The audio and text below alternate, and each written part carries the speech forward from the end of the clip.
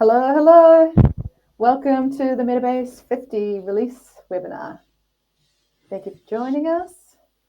I can see people are still coming in. We'll give you a few minutes to get settled.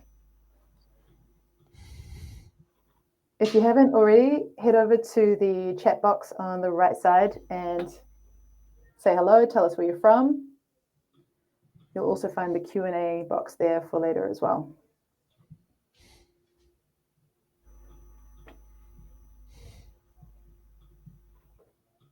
Cool. While we're waiting for everyone to come in, I'll just cover the agenda. So we've got a lot to fit in today. Metabase 50 is a big release with lots of cool stuff. So first of all, Luis Arakaki, our product manager, will be taking us through caching and permissions. Next up, we'll have Connor to walk us through new viz types and customization options and charts that look the same in subscriptions as they do in Metabase. And then to finish us up, Gleb will take us through the offset function in the query builder and combine and extract custom columns. And then we'll have time at the end for Q&A. Cool, seeing lots of greetings in the chat, which is always nice to see. Hello to all of you. Cool. We'll have a couple of polls throughout this as well, so be sure to check out the poll channel there. And I will also drop in a survey just before our Q&A. So I think that's enough housekeeping. Luis, do you want to get us started? Yeah, sure. So I'm presenting new features here, so caching controls and some changes to the permission system. And yeah, let's get started.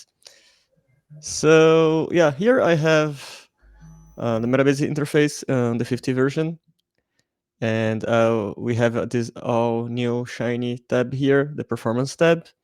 And this tab centralizes all the caching controls for Metabase now. Before, caching was distributed in several other pages, like you could configure caching in the database pages. Then we had another caching things here in the global settings.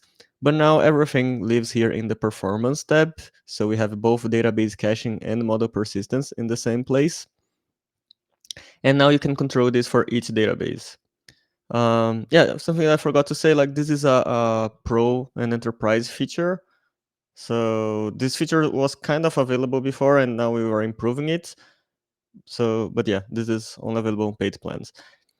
So we have now this interface where we have the default caching policy. This applies to all the questions in all Metabase questions and dashboards. And then you can configure this for each database, like overriding the default policy.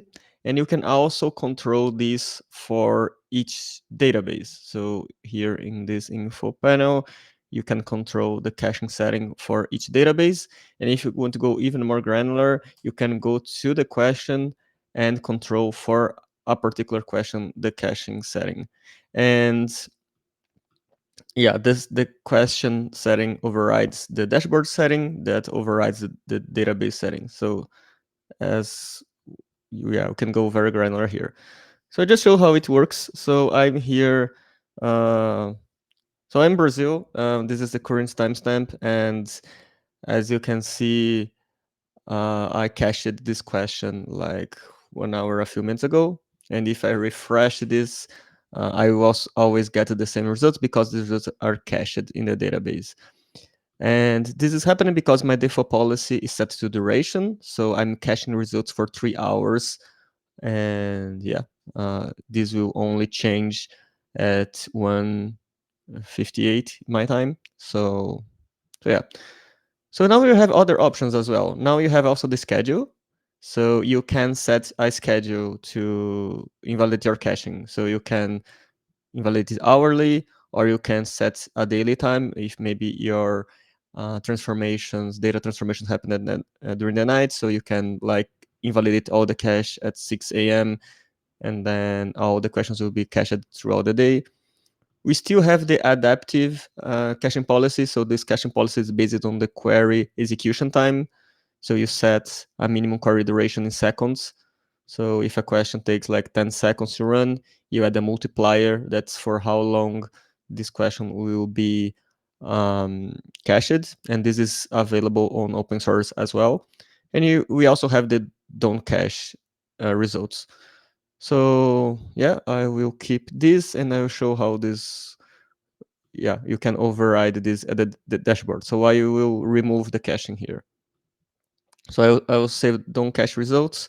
So if I refresh this page now, I will get my timestamp, like this is now running, not getting cached results. So yeah, I got an updated value. If I go back to the use default policy, then I will get the previous one because we don't delete the cache immediately. So if you can go back and forth and then keep what makes sense to you. You can also delete the cache. Like if you clear this, then we're running this again. We'll yeah, update the cache, and then if I keep refreshing this, the seconds are not changing here because yeah, the question is still cached. So yeah, that's it. Much easier to set up stuff now, and you have more flexibility on all levels, at the instance level, the database level, dashboard level, question level. Um, just another note, we moved model persistence to this tab and also changed the name. Model persistence was previously called model caching, but now we changed to model persistence because this represents better what this feature is, because this is not cached. This actually persisted in your database. So now this setup is here and not in the settings tab where it was before. Um, yeah, that's it. If you have any questions, please add to the chat. We will answer soon. um, cool. I would show another thing now. So we have data permissions in Metabase, right? So, and we made some reasonably large changes to this page.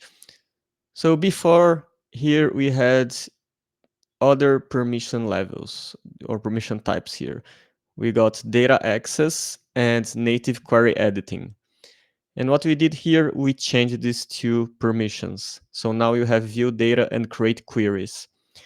And why we did that? Because before, these two permissions were harder to understand, and also they didn't interact well.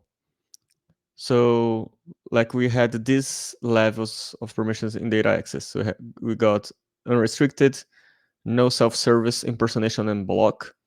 And people didn't really understand what no self-service meant. Like no self-service just meant that the user couldn't create new queries on that database, but they could still view the data. And a lot of people didn't realize that and could grant view access without knowing. So this was one big problem. Another problem that we had with this setup is that to restrict who could create queries, you needed to set up no self-service. But if you set up no self-service, you couldn't also set sandboxes or impersonation because all these permissions were at the same axis. So now it's very clear the difference between these two. Here is if you can view the data, and here is if you can create queries. And they are independent. So you can view all the data, but not create any queries, or you can view the data and create queries. So I'll show here how this work. So I have this group here, table blocked, and they have can view and query builder and native access at the sample database. So basically, users in this group can do anything in this database. So I have this user here, and as you can see, they can see all the tables, and they can also create native queries on this database here. So now you can restrict this and set query builder only. So now this user can't create native queries. So this is the first restriction. No, they don't see the native query editor here. And here you can set this to other more granular things at the database level. So you can come here and block some of these tables. So I will just keep the orders table here.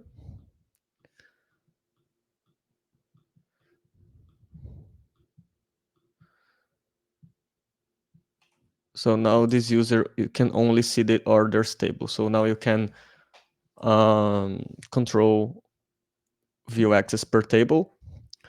One important note here is that if the user is blocked on any table in the database, they will be blocked from all native queries. So this is because we can't know for sure which table native queries are opening. So yeah, this blockage at the table level works only for visual queries, like using this editor. If you have blocked on any table, native queries won't work for this database for this group. Yeah, that's it. Hopefully this will be easier to understand and easier to set up. Cool. Yeah, that's it on caching and permissions. Awesome. Thanks, Luis. Connor, I think you can take it away. All right. Go ahead and share my screen.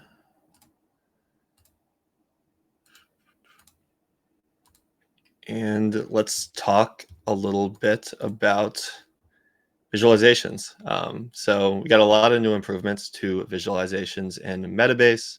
If you think about data visualization as a way to communicate, our focus is more or less adding new words to your vocabulary. So expanding the possibility is kind of how you can tell a certain data story. So let's start with one of our most highly requested features, stacked combo charts.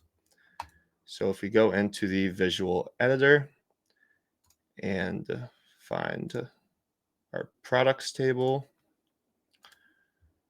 let's look at the count of rows by maybe the year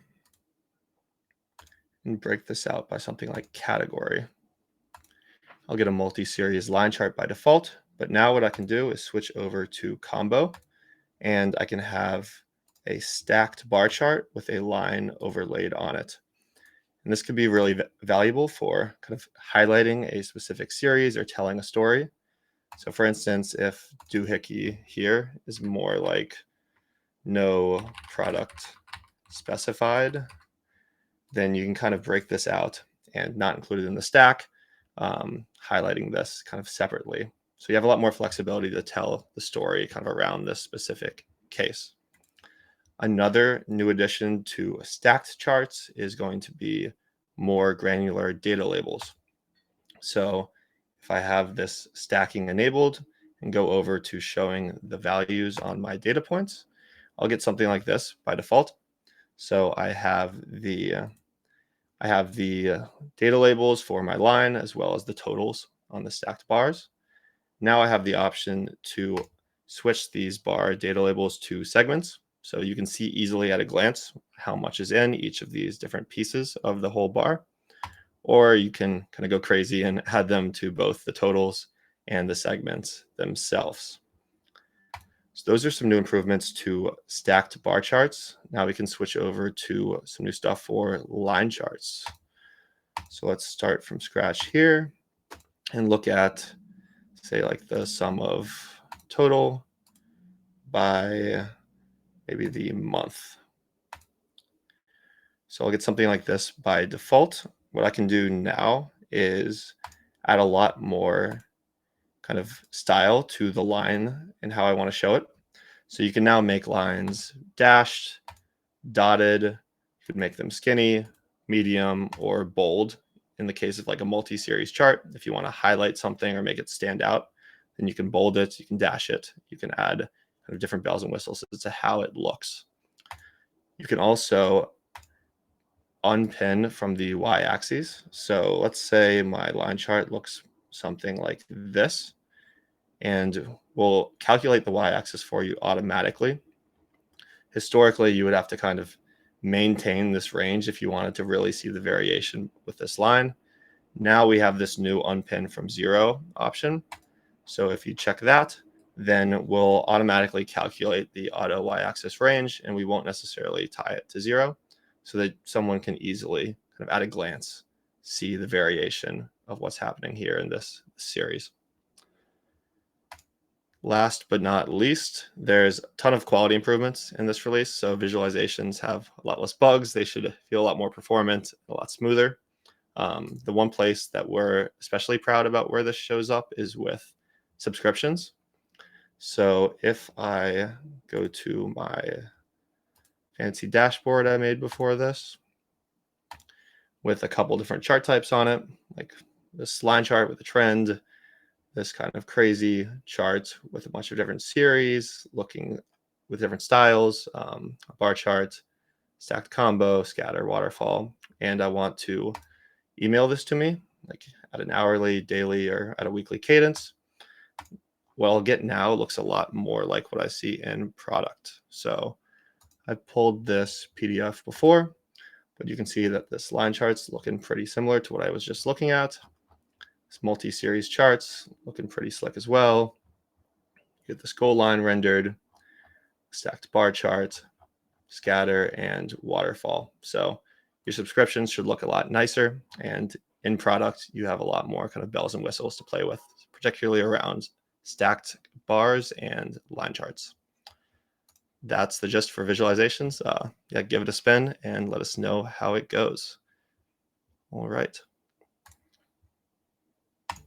Awesome. Thanks, Connor. I was enjoying the comments coming in on that one. If you haven't seen already, Connor, you're being praised as a hero. So a lot of excitement with that. Super cool. Just want to remind you guys about the polls in the right-hand column. If you haven't already weighed in there, then definitely jump in. Cool to see that about 70% of you are self-hosting Metabase, and we're seeing a big representation from the data team here today. So that's super cool. Yeah, we will come back to any questions that you have in the chat. So keep those coming. And right now, let me make way for Gleb. Hey everyone, I'll be presenting today two new features. One is an offset function, and another is a possibility to extract and combine columns in custom columns. So let me share my screen.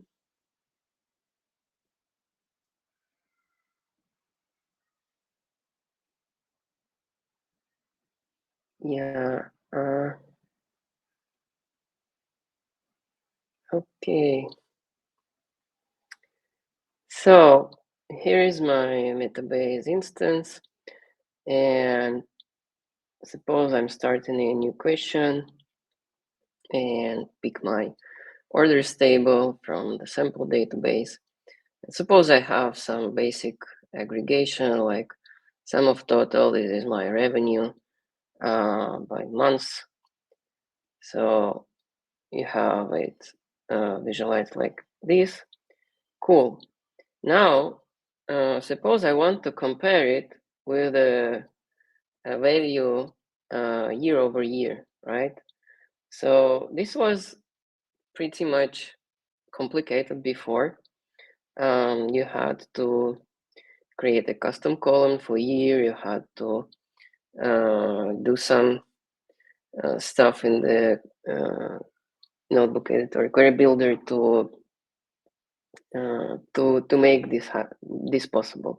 Right now we have a new custom expression you can use in summarize. It works only in the summarize block. So if you click here and you start typing offset, you can see the help for this function. So basically how it works, it takes a column as a first parameter and an offset number as a second parameter. So basically, if I want to calculate the value for my revenue, for my monthly revenue for the previous year, what I have to do is to write something like that. Sum total, this is my column, and then minus 12. This is an offset in months, and this would be sum of total previous year. Cool. So now if we visualize this, you can see this as a separate line, which shows you the offset for this value. Okay, so now you can do a lot more stuff with this. So for example, you can also break out it by category, and I suppose, yeah, you can visualize it like this. Yeah, so this would be your offset value by category. And you can also calculate stuff like percentage difference. So this is just an absolute value. To calculate a percentage difference, what you have to do is to divide your sum of total by this offset value and subtract 1.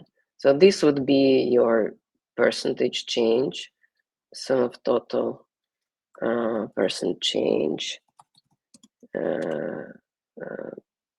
for the previous year. So now if you visualize it, you can see it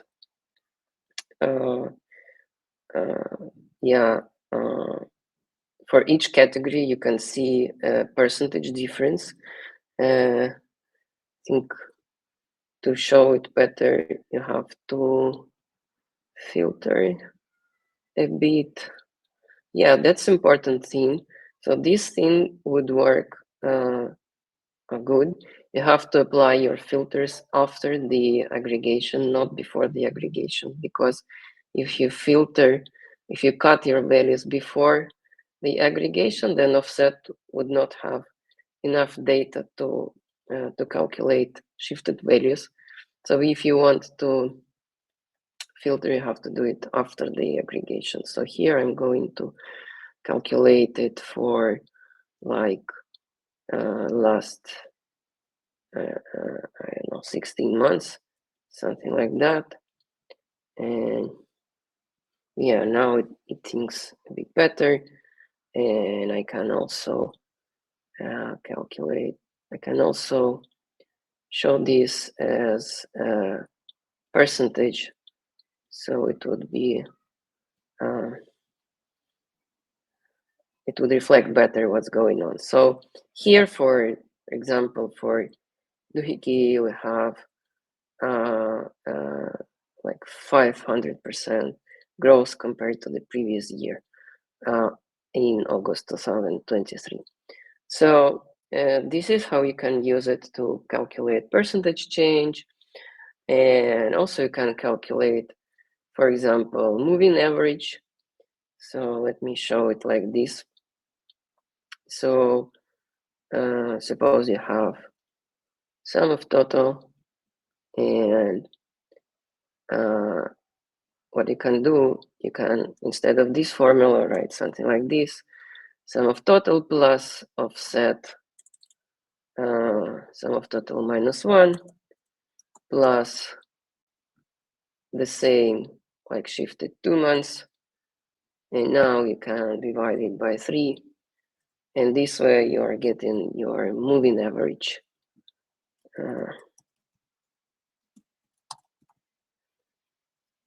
Averaged by 3 months.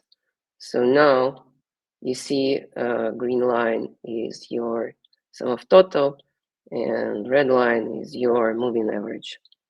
So this is all possible with new offset function. I think this is it about it. I think we will implement some nice UI to use it easier in the next version, but for now it's just a custom expression. Cool. Okay. let me show you something else. So suppose I have this accounts table. So now we have more column actions like this. So here I have combined columns. So suppose I want to have a column that would concatenate like first and last name. So what I can do is to hit combine columns here.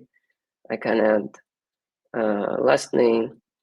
I can change the separator if I wish, or keep it as a space. And when I hit done, basically what happens is that like new column gets added to the table.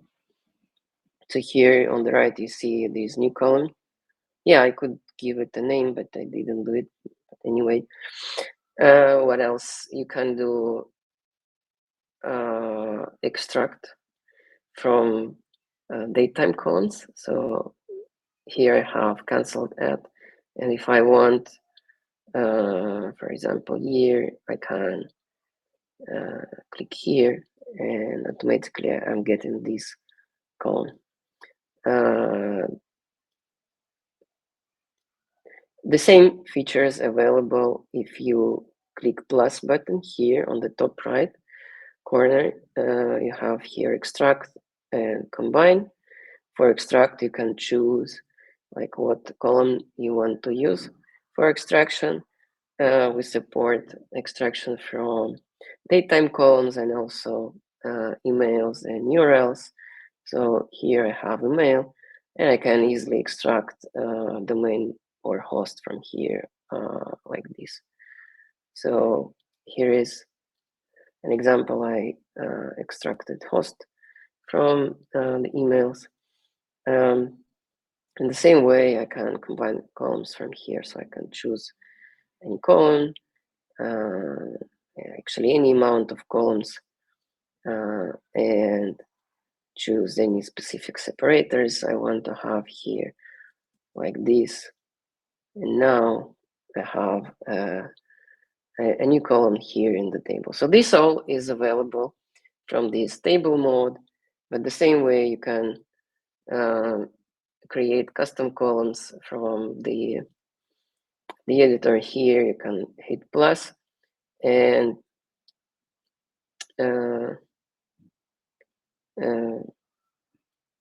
yeah, you have shortcuts here for these actions for combining and extracting, and it works the same.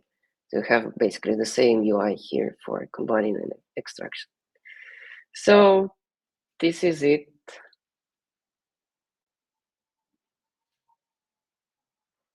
Awesome.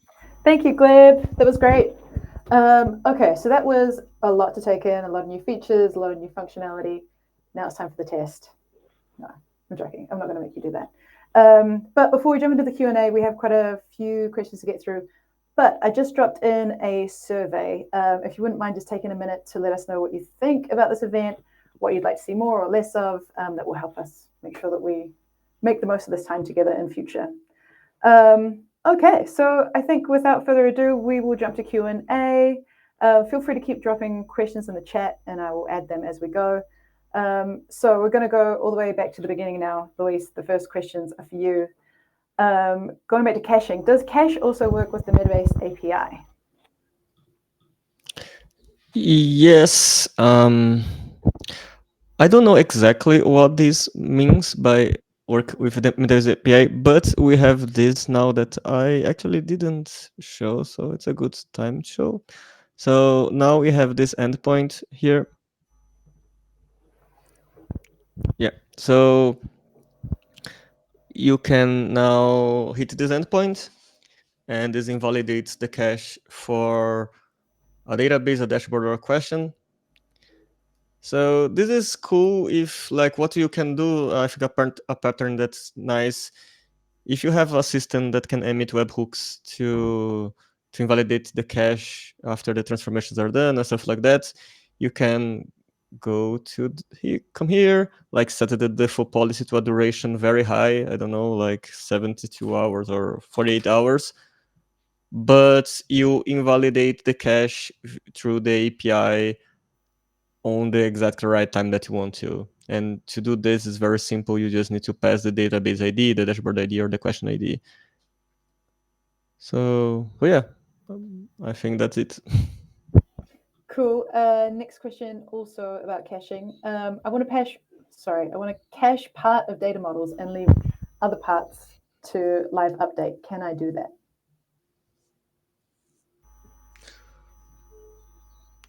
I'm also not sure what part of a data model is. Like, you can control per database, as I showed. You can't, as of now, control per table or per schema. This is something that we are planning to do in the future, but not available yet. So yeah. Okay, cool. Okay, jumping into permissions. What parts of permission management are available on the self-hosted plan? In the self-hosted plan, actually, like the open source plan, right? We have the collection permissions and the create queries permissions. So there are only these two types of permissions. So all that view data permission that I showed, like blocked, impersonation, and other stuff, is not available. But you can control who can create or not create queries. Cool. If a user doesn't have the right to create a new query, does that also block the duplicate button in an existing dashboard? No, this is controlled by collection permissions. So if the user can duplicate or move the dashboard, depends on their permissions on the collection. What the thing is that if they duplicated the dashboard, they can't change the queries. So yeah. Okay, cool. Okay, a bit of a concern about permissions. So in previous permissions, we had an issue. We need that user to filter, sort a query without having a permission on the source table. So they can't edit, only filter with column and search on column. Is it possible now?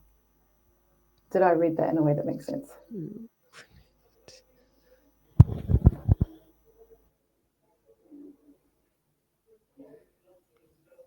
Yeah, I think this is asking about column level permissions, maybe.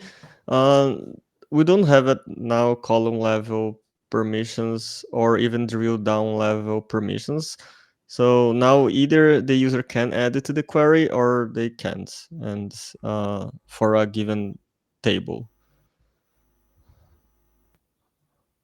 Okay, another permission question.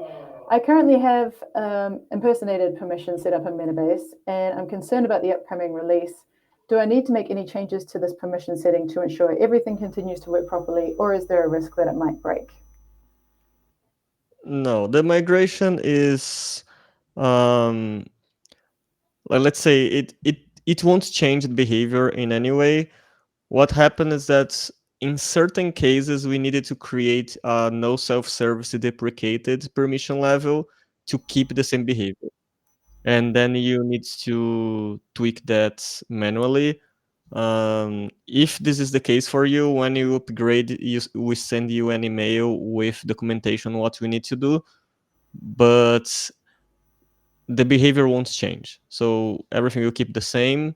Users will have the same access, but you maybe need to remove this deprecated permission for one or two releases while, to adapt to the new permission system. Cool. Oh, did you want to add something? No, that's it. Cool. Okay, we've got some visualization questions now. Connor, any plans to add a word cloud visualization?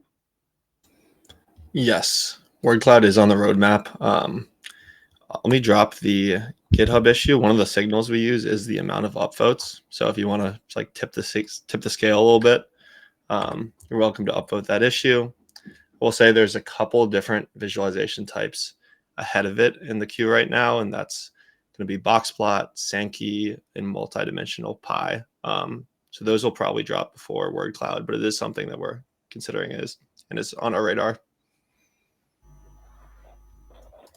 Cool. Next question. Can we do multi-chart with one query? Yeah, so this is very top of mind for us, something we're working on at the moment. There are ways to hack it today by using questions as data sources. But native to Metabase, it's one of the number one things we're working on. So stay tuned for more in that department. Alrighty, now we have moving into offset questions. Gleb, is offset being calculated in SQL or post-processing? Yeah, we are using window functions in SQL like log and lead to calculate offset. So basically, when you write offset custom expression, it is translated in some way into a window function. So yeah, in SQL. Cool. Is there a way that you can that it can change day by day for, i.e., only September 3rd, August 3rd, July 3rd, and so on? So I'm not getting 100% of the question, but if you want to have your data only for like the third for each month, I suppose you can have a custom column and aggregate by that column, and that would be a solution. But yeah, it's not something we have a button for, like to make it easily right now. Will the offset function work in MySQL as well in the near future? Yeah, so we bumped into some technical issues when trying to implement this in MySQL. I can't say any specific, forecast when we are ready to fix it. Maybe next version. Cool. I think this next one is related to offset as well. Can you visualize as a number instead of a graph? Yeah, sure, you can. So when you use custom expression, like offset custom expression, what is happening is you are creating a custom column which is added to your table of results, so you can visualize it in any way you want. Cool. Can we do forecasting in Metabase, such as regression? I don't know how to say that out loud. Yeah, so we don't have any specific, features for doing forecasting, but whatever formula you can write in the custom expression editor, like moving average, I have shown.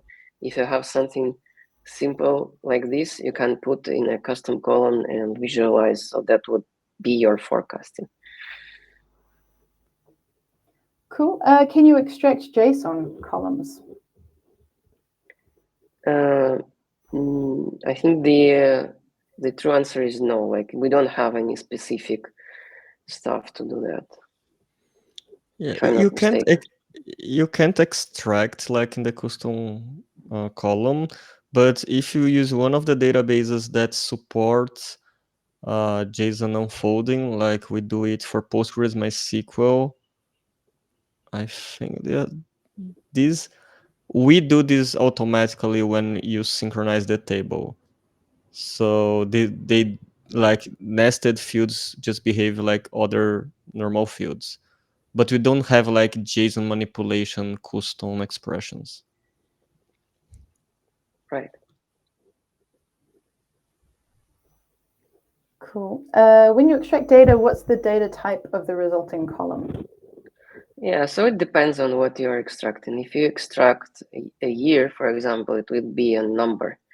If you extract a part of email, it will be a text.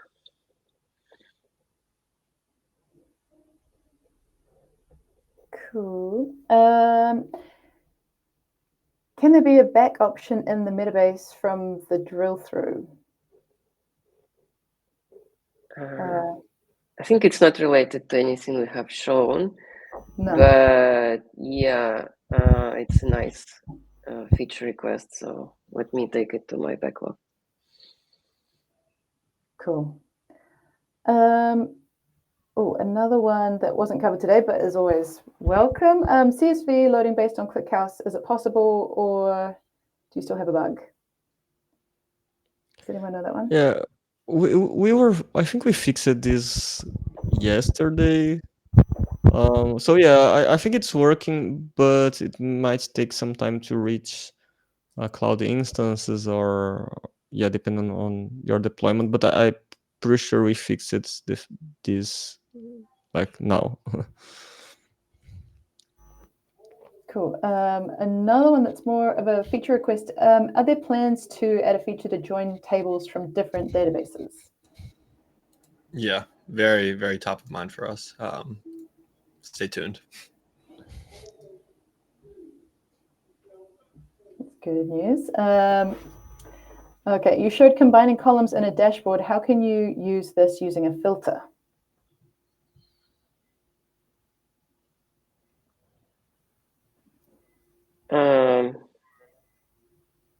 Not sure. Connor, do you have any idea?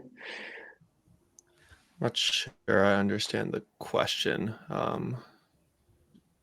Yeah, so what I have shown is from the table view, I can combine multiple columns. It's just a concatenation, like text concatenation of the columns. If you are in the dashboard editing mode, I don't think we have anything for that. Yeah, nothing to combine columns within the context of a dashboard, but you should be able to use those with dashboard filters like any other column. Yeah, they Right. become normal columns, so I think Yeah. you can create a dashboard filter if that's the thing. Yeah. We've got a question here as well. Will this video be uploaded somewhere? I can answer that one. Yes, this will be uploaded to YouTube, and we will also send you an email after this with the recording. So feel free to share it, like it, subscribe to it, do all the YouTube-y things. Do we have more questions in the chat? What's the status on dynamic time granularity breakdown dashboard filters? Yeah, we are at the final implementation stage. It will be available in 51. Cool.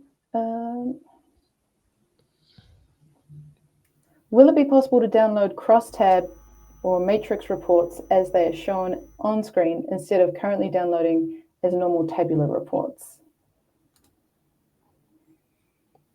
Crosstab or matrix reports. I think it's about pivot tables.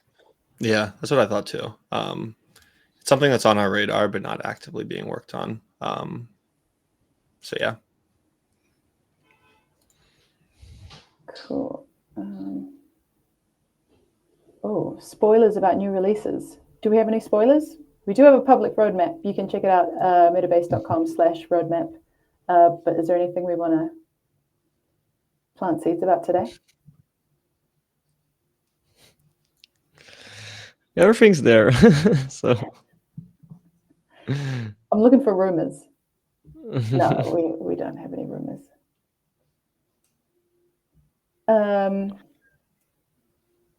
CSV files, can they be written in any language or only English? I'm not entirely sure what this means in detail, but we had some assumptions that the CSV would be using commas as this separator, but now I think on 50, pretty sure we added like automatic detection of the separator. So if you use commas to separate like decimals, we will identify it and use semicolons. So if this is the question, like there were some changes on that part. For dates, we still assume a pattern, and it's in the documentation with data formatting we use. Nice. Is there a plan to add the ability to add link buttons to dashboards with values based on filters? No, not as of now, but that sounds interesting. Cool, we'll write that one down. A dashboard is built on a single query, a heavy one, and presented in 10 different formats. Can we do it with a single query, or do we need to write 10 different queries for all presentations? Yeah, so this is going to be adjacent to the multi-series question from earlier. Like one of the number one things on our mind right now. Stay tuned. There we go, spoilers. It seems that parameterized date granularity has been postponed. Is that correct? It's going to appear in 51. It's like, as I said, we almost implemented it.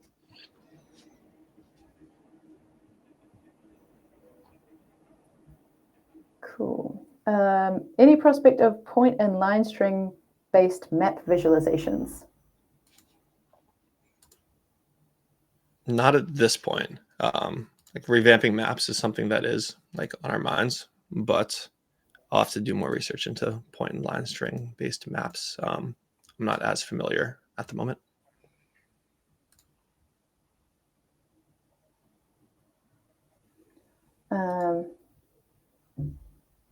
Cool. I guess this is kind of a meta question, but we've got Dave is impressed with how quickly you can answer questions on the spot. What's your secret sauce? How are you doing this, Voodoo? General question to all of you.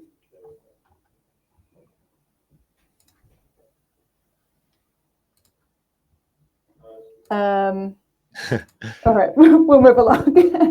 Crickets. Yeah, everyone's too humble. Yeah, the secret is there's no secret. Any chance of mini bar charts and subscriptions? Yes, there's a couple of subscriptions questions on pivots, maps, and mini bar charts. The stuff that I just showed in the demo today about better charts and subscriptions for like a lot of the core charts, like lines, bars, scatters, areas, all that should be way better in 50. Like filling more of those holes for pivots, maps, other visualization types is kind of on the future roadmap, but it's going to be coming in subsequent releases. Cool. There's a follow-up here to that CSV file question. So to clarify, the question is about the language in the CSV file. Can it be not only in English, but also in Chinese, French? So more about the characters in the CSV file. Yeah, as far as I know, there isn't any limitation. I was even looking here at the documentation to check if there was any encoding thing that would be problematic, but I don't think so. I think you can use any character. I think you use a pretty like comprehensive encoding here.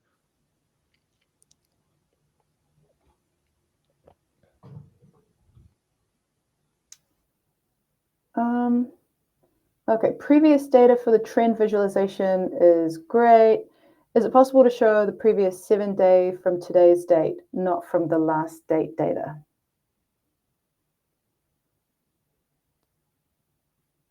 I think so, if I'm understanding correctly. In 49, we added a bunch of new knobs for trend charts around being able to configure the window and kind of decide if you're going from the last date or the last non-null piece of data. So it's worth exploring those knobs. I'm not sure if I can have a more definitive answer without like some like numbers and like working through an example. But in 49, we added a bunch of new stuff to trend charts. So check that out.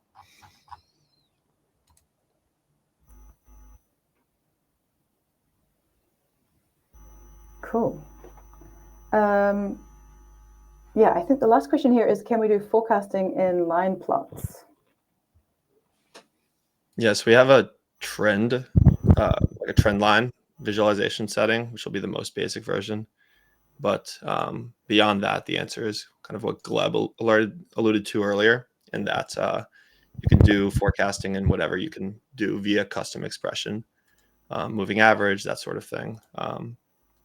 Can't get much more complex than that right now. Awesome. Thanks. I think that's all of the questions. I think I managed to catch them all in the chat. If I missed any of your questions, please feel free to flag them now or forever hold your peace. You actually don't have to hold your questions forever. You can email us at any time and check in with our amazing success team. Looks like it's quiet though. So I think we're gonna wrap it up. Thank you all again so much for joining us today. Thank you to Connor, Luis, and Gleb for the amazing demos and your quick responses to questions as well. Very impressive. You can check out this session in your email inbox. We'll send this to you, find it on YouTube, and we will see you for the next one or join for one of our other events. Thanks again, and have a good day. All right. Thanks everyone. Thank you. Bye.